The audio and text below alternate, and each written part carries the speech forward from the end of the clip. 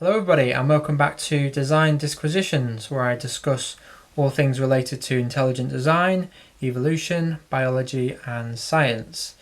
In the previous video I spent some time looking at some of the pro-ID literature, but in this video I'm going to be looking at 10 or so books that criticise ID in various ways.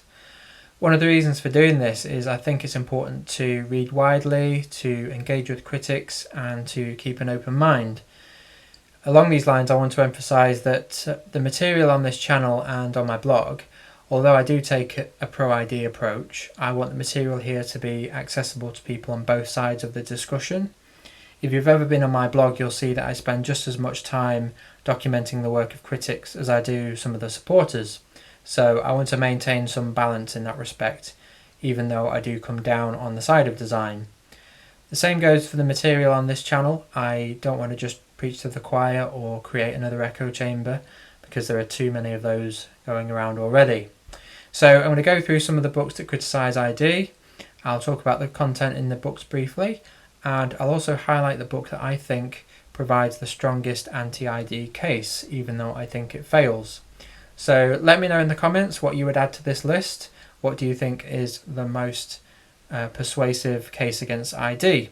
So first up, we can't go without mentioning Charles Darwin's The Origin of Species, 1859. So this is important to read for historical reasons, as well as just to understand Darwin's original theory, because there are loads of misunderstandings out there.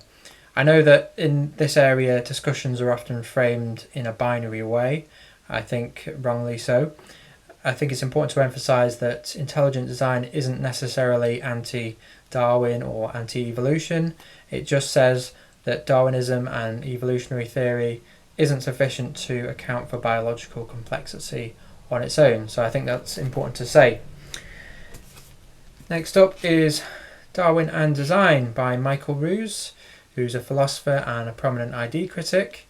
He's written a ton of books in this area, so I could have picked any of his books really. This was published in 2003, and in this book he gives a broad historical overview of design and non-design views. He goes right back to the ancient Greeks and the stuff in the last 2,000 years. He looks at Paley, Hume, Kant and Darwin, right up to modern evolutionary theory and the modern intelligent design movement, and he engages with some of the arguments in this. So it's worth a read to get a good historical overview. I mentioned this book in my introductory video because this had a big effect on me. This is Finding Darwin's God, 1999, which is by Ken Miller, who's a cell biologist at Brown University and a prominent ID critic.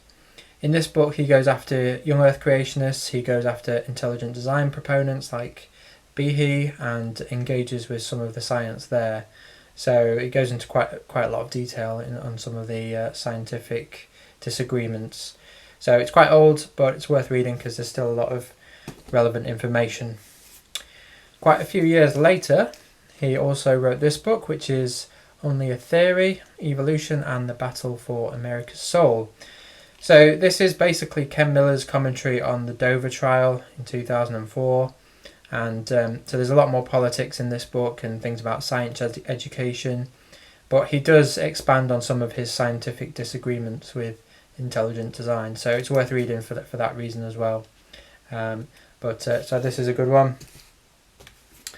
Okay, next up is Robert Pennock, Tower of Babel, The Evidence Against the New Creationism. So you know where he's coming from there.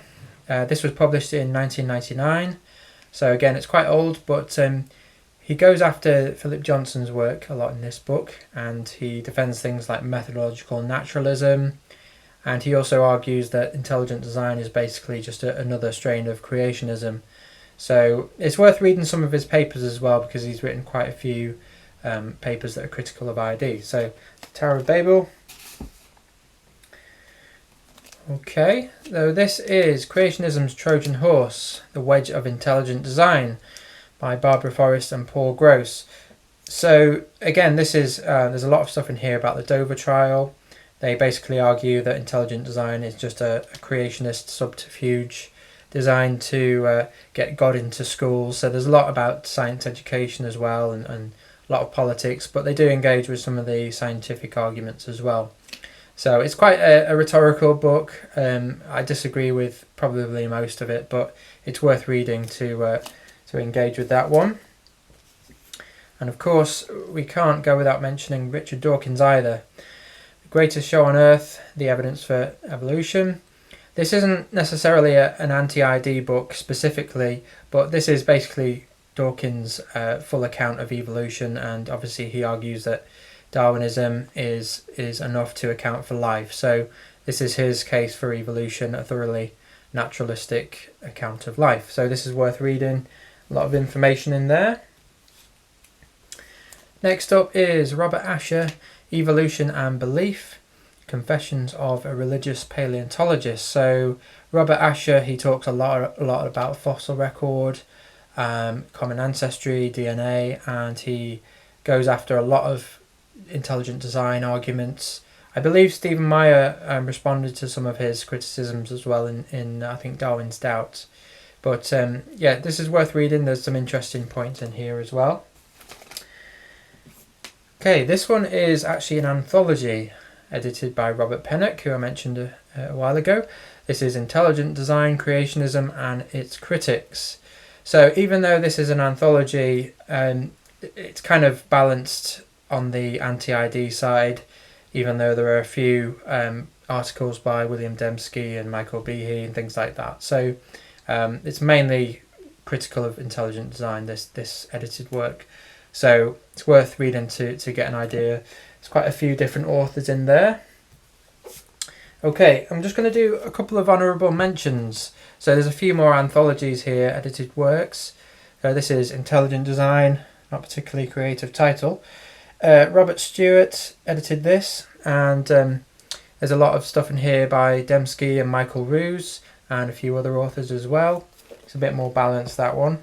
And also this one, Debating Design, from Darwin to DNA. So this is edited by Dembski and Ruse. There's a lot of interesting chapters in here by various authors. So it's worth getting these anthologies because they do give you a good idea of where both sides are coming from. So the final book, again, this is another edited work by Matt Young and Tanner Edis.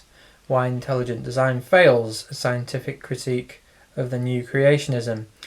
So there's quite a few chapters in here by various authors. There are things by Niall Shanks, Alan Gishlick, Kevin Padian, critics like that. So I would say this is probably the strongest critical book there is out there of intelligent design that I've read, at least. I think ultimately it fails, but it at least gives it a good try. So I think this, if you have to read one book that's anti-ID, I would say read this one and engage with the arguments in here, because there's a lot to chew on. So it's not a particularly big book, but there's a lot in there. So and there you go. So that's 10 or so books that criticise intelligent design. Let me know what you think you would add to the list, or what you think the strongest book is. So that's everything for now. I know I've done 2 videos on book recommendations, so the next video isn't going to be about books, you'll be glad to know. But I thought that'd be an interesting little series to do. So thanks very much for watching, and I'll be back with another video shortly. So thank you very much.